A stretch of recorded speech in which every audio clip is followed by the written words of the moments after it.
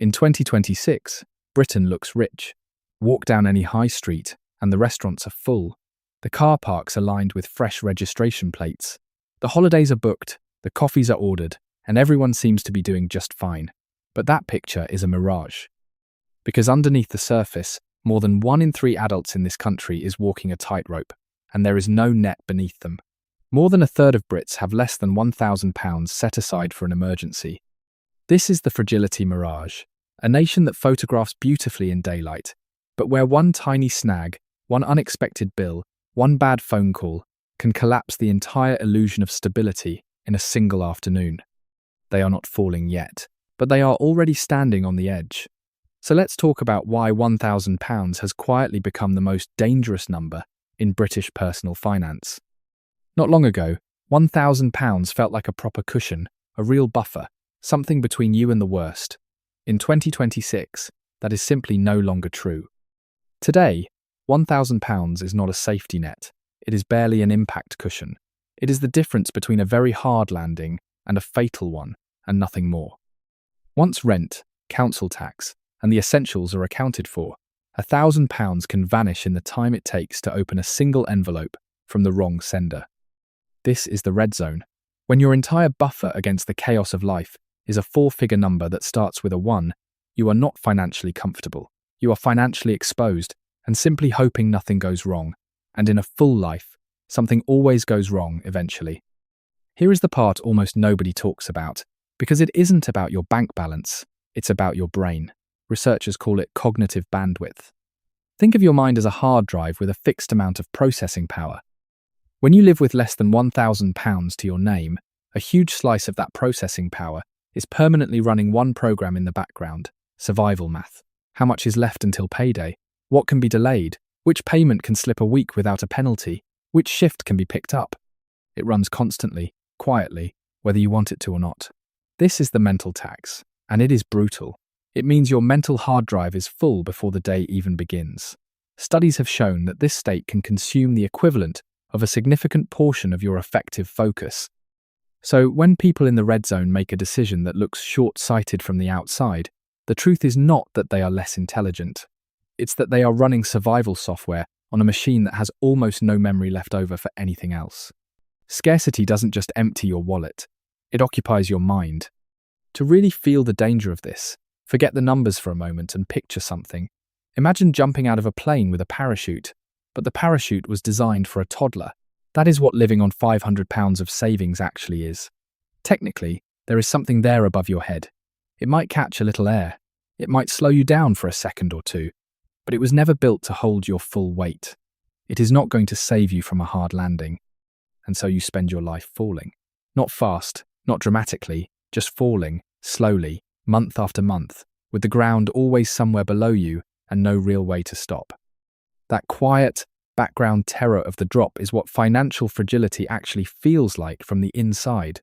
Not poverty in the dramatic sense, just the constant low hum of knowing your rope is too thin to trust.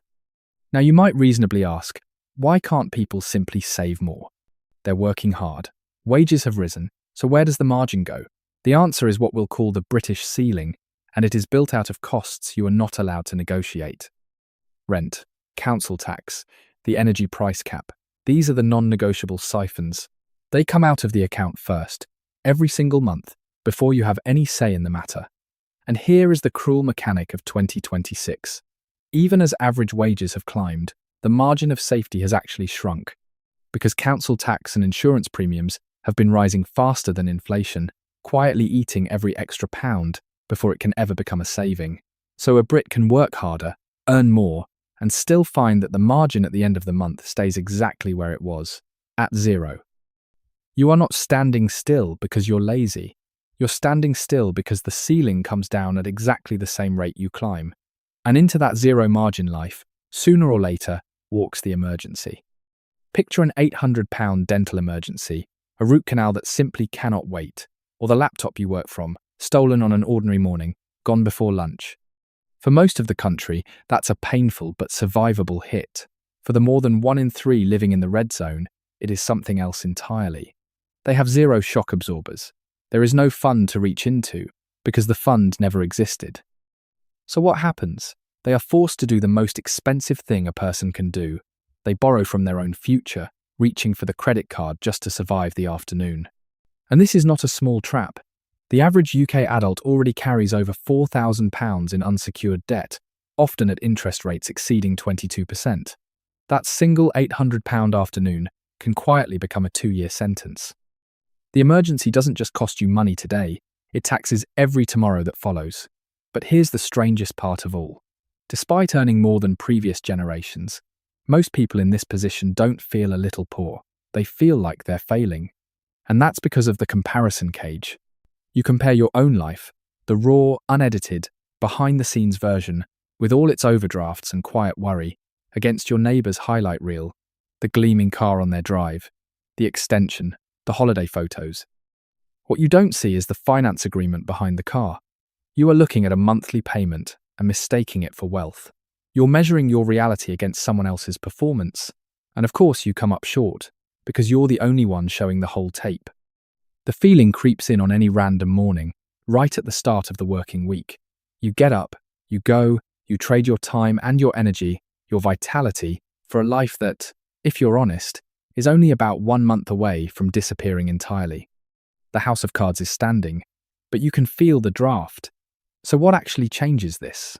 Not a lottery win, not a raise that the ceiling will only swallow anyway. The real shift is a mental one, moving from reactive spending to proactive architecture. It means you stop letting whatever's left at the end of the month decide your future, and you start building the structure deliberately from the front. 2 moves start that build. The first is the direct debit audit. Sit down once and look at every automatic payment leaving your account, not to punish yourself, just to see clearly.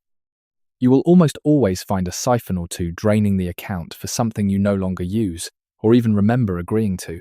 Every pound you reclaim, there is a pound that was invisible a moment ago.